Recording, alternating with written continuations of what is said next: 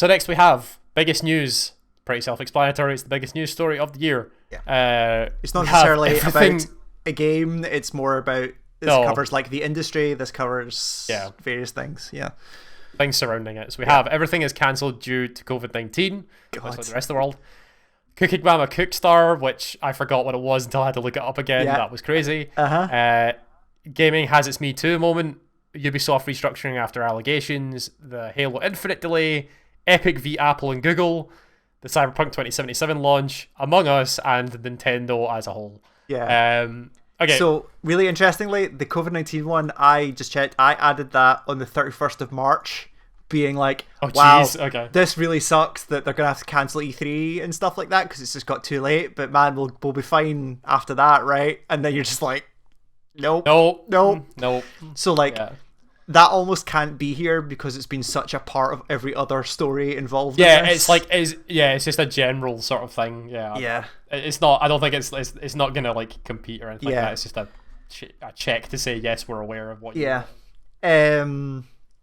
The Cooking Mama thing is not a huge story. I just thought it was really funny though. Shit, where it was like the company who were making Cookstar, the latest in the Cooking Mama series, went to like there was a bunch of back and forth about that game just came out at one point and the license holders did not say that it could go out in the state it was coming out at, and then they fired back and said no, but we have exclusive rights, and then they said no, you don't. It was just this weird like two parallel structures talking about the same thing in wildly different ways.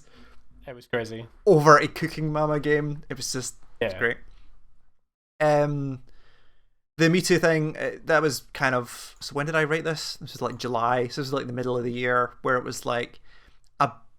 basically the domino effect happened where like this has always been a thing and has always been reported on and off, but it does feel like this year was the moment where a bunch of reporting just spiraled into a bunch more reporting and all of this stuff all came out at once again. And like we all knew it was a problem, but seeing the extent of it throughout different like sizes of studios, different sizes of all of these things was kind of scary to watch. And then related to that, the Ubisoft thing, I kind of want to remove this because obviously Ubisoft had a bunch of accusations in that vein and basically launched an investigation theoretically into that stuff, and 3 or 4 people were fired, or well, 1 person was fired, 3 people have been reassigned, but nothing has happened actually there. So there's kind of the story almost is that there's no story here, which is kind of that's fair. Which is something we can else. ignore that one. The Halo Infinite delay is they fucking delayed Halo Infinite. Like that's like the thing that was used as like a look at the new Xbox, isn't Halo Infinite great? And then they were like, no, we're not gonna. It's not gonna come out yet. This is not exclusive to the Xbox. Like PS5 didn't really launch with a bunch of important games anyway. But like the idea that there was a Halo game announced. The idea that the Xbox came out with 0 exclusive titles, or I think it was like 1 or something like that, but like 0 Microsoft backed, like there was no Forza, there was no Halo, there was no what's the other big Microsoft property? War. There was no Gears of War, nothing, and it was just like and we launched the console without any of that. It's just like, and then they delayed that game to a undetermined time next year. I don't even know if they said next year, but like it was and I like it's understandable, but like totally. The problem with this year has been, I mean, multiple problems, but one of the problems, specifically with this stuff is it does provide cover for some people to go, we had to delay this because COVID got in the way of our production. There is a question about whether that's true, right? Specifically with Halo, of did they panic when they saw the reaction to that first trailer and go, we need to fucking redo this? Or was that game much less further on than they were letting on in a way to help promote the Xbox? Like, I don't know any of this. I'm saying like you can paper over a lot of that stuff with COVID, and you can't really, you can't really see. Epic versus Apple and Google was. It was what a crazy news story. It was so insane. This was something else. So to be specific, this was Epic pulling the trigger and adding their own payment system into Fortnite on mobile, of which Apple and Google is a big no-no for their stores because that cuts Apple and Google out of their 30%. And this has been a thing forever, and Epic just went, because we are the biggest thing in the world, fuck it, we will do it. They added their own thing for which both They were able to launch like a rival game download platform off of the fuck it, we've got Fortnite money, and now they've done it again with mobile devices. And fuck it, we have more Fortnite money, let's just try and do this. And it was, again, every side of this was terrible, right? Because the one positive thing is that like there are very few companies that could take on Apple and Google at this stuff. Like, they have such a stranglehold. There's a reason why there's a bunch of competitive anti-competitiveness stuff in there. Is like Apple and Google control those markets, and if they say you give us 30%, you give them 30% because you don't have a choice, right? Like, that is just how that works. More so for Apple than Google, because you can sideload stuff in Google theoretically, but for Apple specifically, like, if you want on the Apple App Store, you give us the 30%, fuck you. And the only people I think that could possibly challenge that is Epic and Fortnite, right? Like, that's kind of it. Yeah, absolutely. But then, which on its own would be an interesting fight to watch, but then fucking all of the hashtag save Fortnite bullshit that happened, and like the 1984 trailer, and all of this like fake... Oh yeah, I forgot about the 1984 trailer. That was insane. And all of this fake like, we are standing up for the little guys, and we're standing up for you, the gamers, even though we're a multi-billion-dollar corporation. And then, it totally won't benefit us, right? And then, like, you take a step back, and it's like, oh yes, these giant corporations just fist fighting each other, and the only possible benefit is that maybe the percentage gets removed, which benefits smaller devs. Like, that's the only good thing that comes out of this, maybe. But that's like a complete roundabout logic, because like nobody's thinking about that from Epic or Apple or Google. Well, like, I mean, that would be the thing. Like, you would look at this and go, well, Fortnite's just trying to get themselves a sweet deal because they're Fortnite. But then like part of their lawsuit was that they said they do not want a special deal. They said they want this done for everyone. They want a policy change, not some sweet deal for Fortnite. Which again, if that is still true, all of that has a potential benefit for smaller devs on mobile, but like, one, it hasn't materialized, and also like, it's just this like, no, we need to get the gamers on our side, and it's like, no, fuck you. Like, you're Fortnite, you'll be fine. Like, and it was the idea you don't need to rally the people. Like, you have so much money behind you, you're not the little guy. Like, I'm glad somebody is punching Apple and Google at this stuff, I really am. But like, they're doing it in the most shitty way possible, and it's just like, it's hard for them to get behind them when this is your thing. It's crazy. The Cyberpunk launch, I maybe dumpster fire. Yeah, I maybe even like, I'm trying to determine whether we make this the launch or whether we make this like the run up to launch and launch, because if you take into account the marketing, like, is that a separate thing? No, I think that's all part of the launch, right? Because the marketing is part. It's there to drive sales at launch. True. So I'm sure I've said this multiple times, but like, that game is probably going to be in my top 5, but I've never had a game where I have to have so many caveats to recommend to somebody. Like, it needs to be, you need to like these type of games, you need to like Bethesda games, you need to have a PC, you need to have a good PC. Yeah, you need to be able to deal with some serious jank. Potentially without AMD parts in it. Or has that been fixed? That they patched that finally. Sure. You need to be able to deal with a significant amount of jank. You need to be able to deal with not even jank, like straight up bugs, straight up broken stuff. Yeah. And it's just like, and then like, God, there's so much to this. Like, this is the 4th delay for this game coming out this year. There was all of the reporting of, I mean, all the stuff in the run up with the we're not going to do crunch. Oops, we did crunch. Yeah. There's all of the shitty marketing that I'm reasonably confident is saying doesn't reflect that much of the attitude of that game. No, it seemed to just be a thing to get people to like rile them up. I don't know what. Yeah, like all the fucking Air Jordan stuff, and like when the ESRB rating came in, it was like, this is the game we're making. Look, we've got all the decks. Like, what? And you're just like, sure, like I don't care, but okay, stop doing this. And then game comes out game hits reviewers where reviewers can't do their jobs at all because the version of the game they're getting, anything they say is like, don't worry, there's a day one patch. By the way, you got this game a week before it's supposed to come out and you won't get the patch till launch day. And you're just like, okay, well, so that's useless for basically everyone involved. Game comes out, it's fucking busted on every platform. You also like can't talk about the like older gen versions of it. You have to specifically talk about. We're not sending you older gen versions, so you can't talk about them. And game comes out, it's busted on everything, even after day one patch.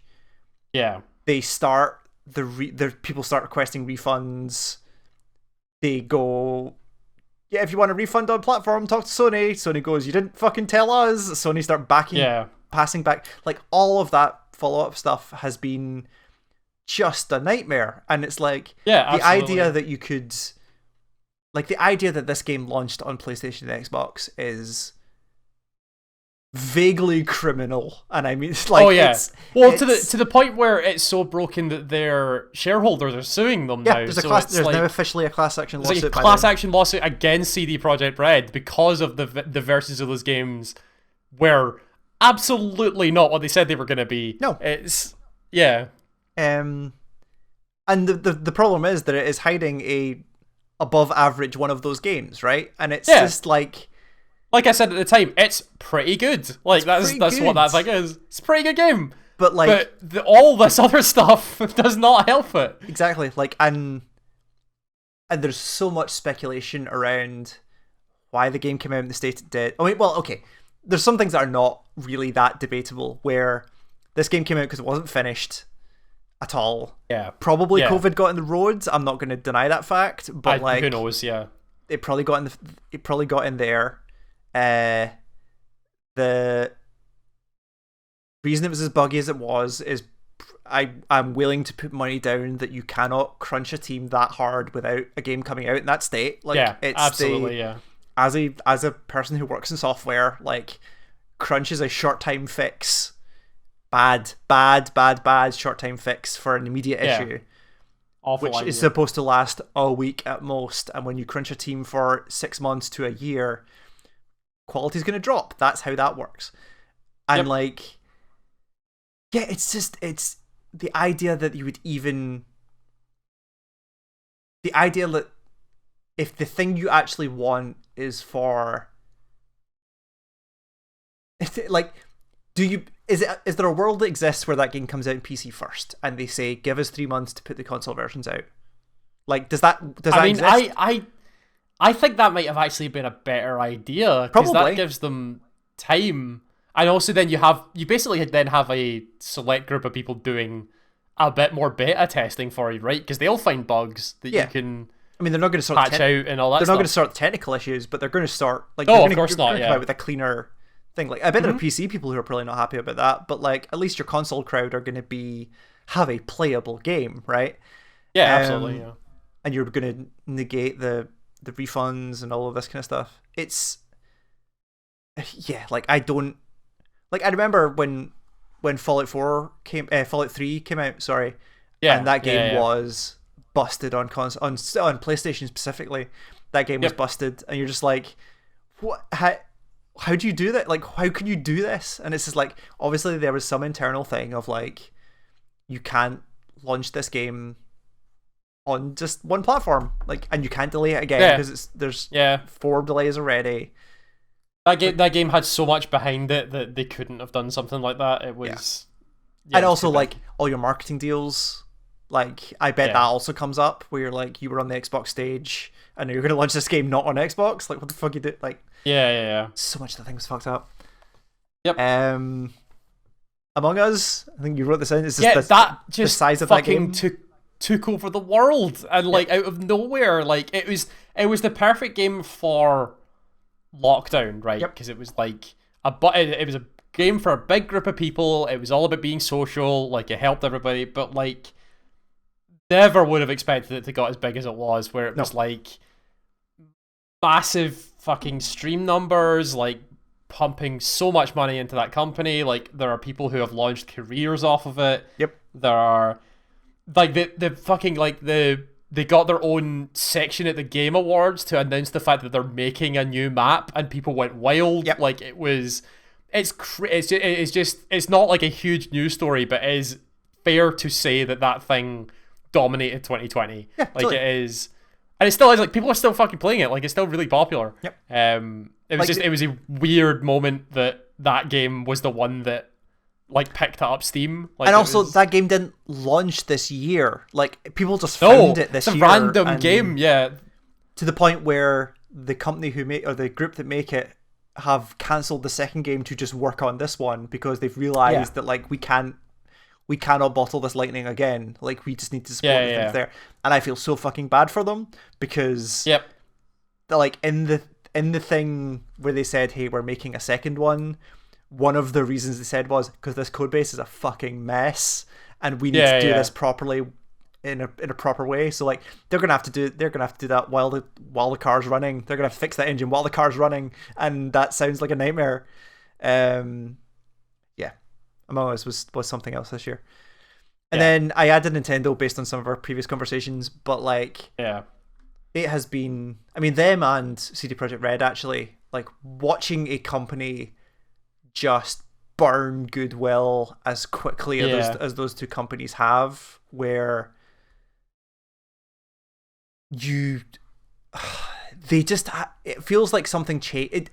It does feel like something has changed to that company, right? Like, they've always it feels like they became more corporate. Like, like they've always been very protective of their IP, and they've always been very kind of hush-hush about their internal processes and all that kind of stuff. But like, there's a couple of decisions in there where you're just like, nobody wins when you make this decision, and you also don't, like, at least when companies make big decisions, they will at least come out with a justification. Even if the justification's bullshit, they'll still come out with some justification.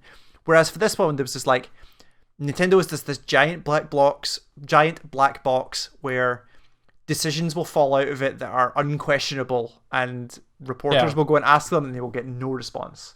So stuff like, I mean, Animal Crossing's kind of its own thing that we've talked about, where like that game's disappointing because that team or Nintendo or both made a bunch of decisions that just feel weird, but it ties into Nintendo's approach to multiplayer as a whole and how the internet works.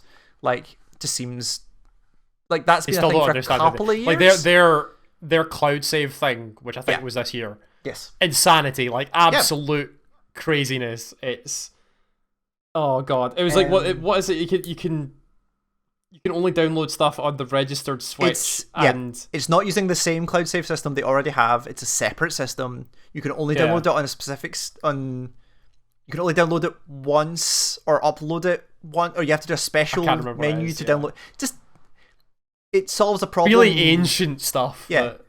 like, they had to go out of their way to build a thing to solve a problem that shouldn't have been a problem in the first place. Yeah. Like, hey, how about you just let people take memory cards to different Switches? Like, it's not simple. It's not difficult. And I understand you're trying to lock your console down for piracy reasons. Like, hey, that's always been a problem. But like, do it. You have a cloud save system that you control. Like, just use that. That solves every problem you need. But no, you need to solve it in its own way. And also, like, fuck multiplayer in general. Like, here's... yeah, so the thing that I brought up, which was like the killing the Smash community in like one go, which was like the Big House, or people who do Smash Bros. Melee tournaments, got a cease and desist letter from Nintendo to stop them using this modified version of Smash called Slippy that is designed for online play. So it gives you like rollback netcode and a whole bunch of like quality of life stuff that helps you play it online. Yeah. They were going to use that because they obviously can't run Melee tournaments in the pandemic, so they were going to do it online. And then Nintendo sent a cease and desist letter to them saying, you can't use modified versions of our software. You can't run this event. Yeah. So they had to put out a thing saying, we can't run Big House online because Nintendo will sue us if we do. So everybody went mental and was like, they're killing Melee. Like, basically, they've killed Melee at this point. Like, nobody can play it at any sort of professional level because Nintendo will just shut you down. So, and then led eventually to a fucking Splatoon 2 tournament where it was like a top 8 and 6 out of the 8 teams had named themselves hashtag free Melee. So it was like 6 teams where it was like hashtag free Melee 1, 2, 3, 4, 5. And a bunch of players had changed their name to hashtag free Melee as well, to the point where Nintendo ceased the streaming of the live finals of the Splatoon 2 tournament to stop people talking about free Melee. It was unbelievably crazy that was a thing that they had to do. And it's so dark and corporate and shitty and such a like backhanded thing to do to something that it was wild that was a decision that they made. There was another one, what's the guy's name? He's a YouTuber that does Boundary Break. Is it Shiz?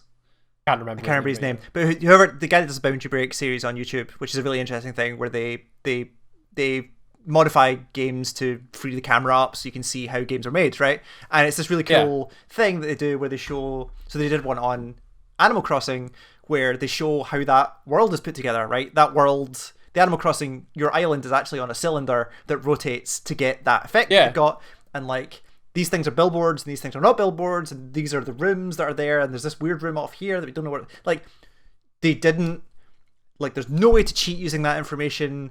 It's purely an academic thing. Yeah, like and it's purely there just for the information. And it lets you go, hey, like, this is how this game is put together, and it's super cool that they put this thing together. And he had to pull the episode because Nintendo came after him. I can't remember whether they tried to DMCA the video or they cease and desisted him or something like that. But they had to pull it. And there was a really heart-wrenching video he put out, or statement he put out, that was like, Nintendo's the reason I do this. Like, Nintendo is the reason that I got into this in the way that I got into this, and for them to come back and go stop is just heart-wrenching, right? And there's so many stories of that constantly about people who really care about Nintendo games, possibly more than the company does, to then for the company to just go, we're gonna cease and desist this for no fucking reason. Like, and this is not even like the American copyright system is buck wild anyway, where like if you are not shown to be protecting your IP, you can have the IP taken away from you, or it loosens your ability to then protect it in the future, because you can then go, well, you didn't copyright strike this guy and now you want to do this one, like, what's the deal? Like, and there at least have been a couple of companies that have gone, we don't want to do this, but the way the system is structured right now, we have to do this, and we'll try and like massage something, or say, well, if you change the name you can do this, or like all this kind of stuff. They're just like, there you go, done.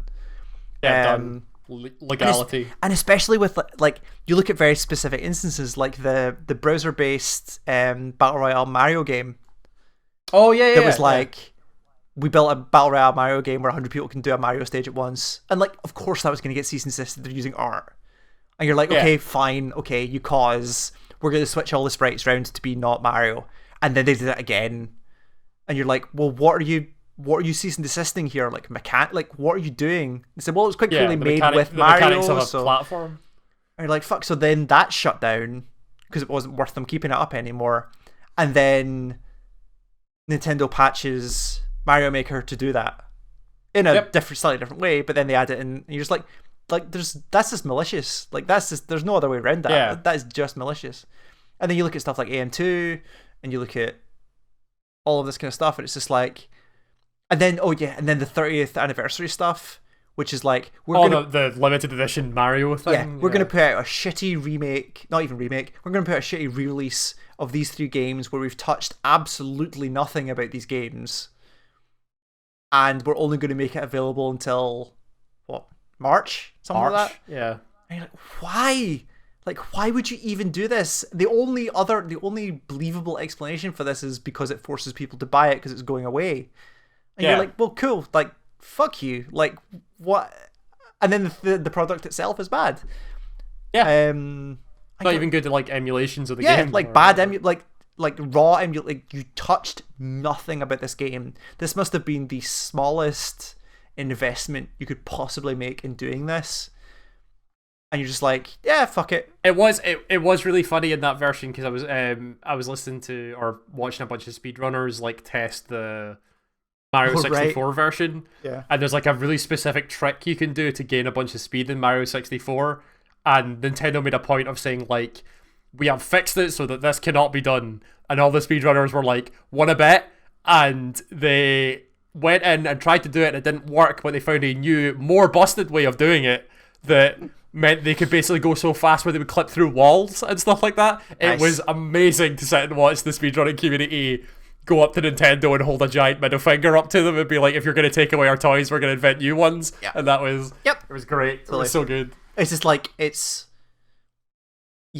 Nintendo feel like, I mean, and again, I mean, we'll talk about this when we talk about, well, I mean, this is kind of true for Cyberpunk as well, to be honest, but like, that was such a big thing that it started escaping. Well, did it? Is the Nintendo thing a thing that got big enough where people that are not us paid attention, right? Because I can definitely say Cyberpunk got to that, but I don't think the Nintendo Cyberpunk definitely got to that. Where I get questions from people who either don't play games or who are your 3 games a year people.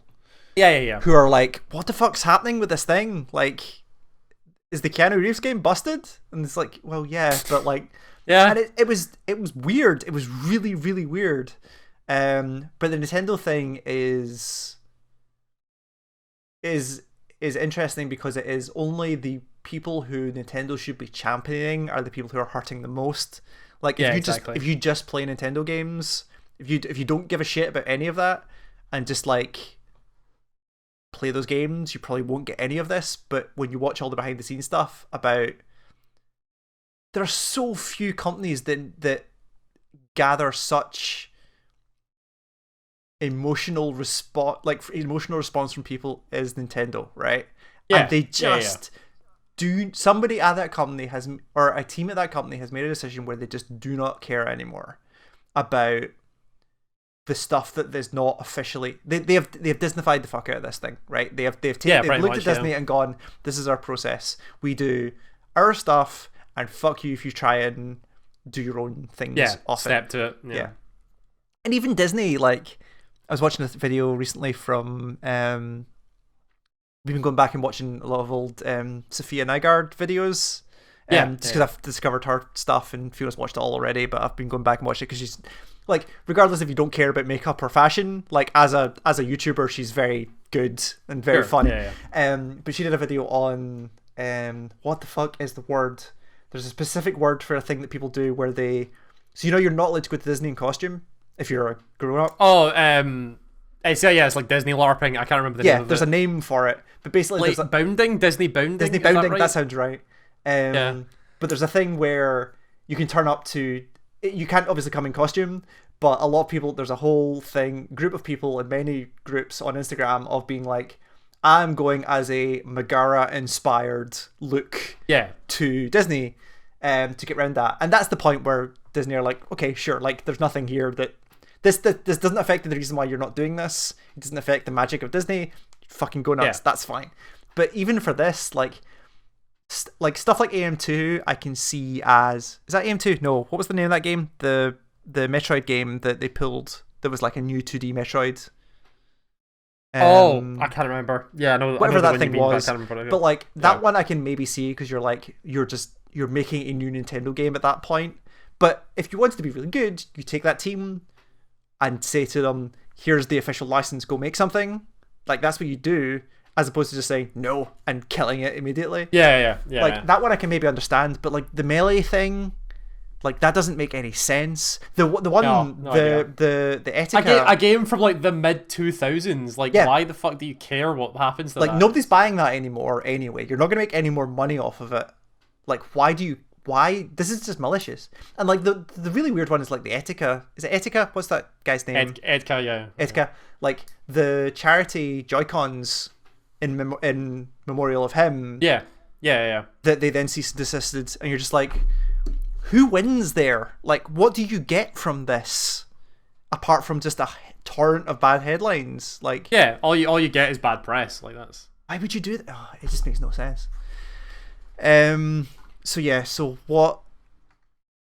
I think based on conversation, Nintendo's up there for me. Yeah, for sure. Yeah. The Cyberpunk launch, I think, has to be there. I think that probably has to be there as well. I kind of don't. Part of me wants to say the Epic thing, but like, one, it hasn't gone anywhere, and two, everyone involved in that is so shitty. I kind of don't even want to talk about awful, it. Yeah. So I feel like it's either Halo or it's Among Us. And like the implications of the Halo thing are kind of interesting. Yeah, I think that's pretty big. Yeah.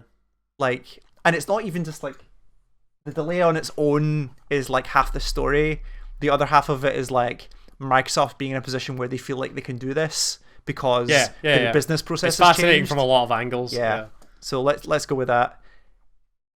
Is it Cyberpunk or is it Nintendo? Like, the Cyber thing. I think based on the conversation we just had, it's Nintendo, right? Yeah. Like they have done so many things this year that have just, the facade has like dropped at this point where it's this fun-loving Mario company that you remember from your kids are suddenly come crashing into reality that they're actually just a business. And it's like, on top of like a year where consoles launched, and for some bizarre fucking reason, because I thought we were past this, the fucking console war started again.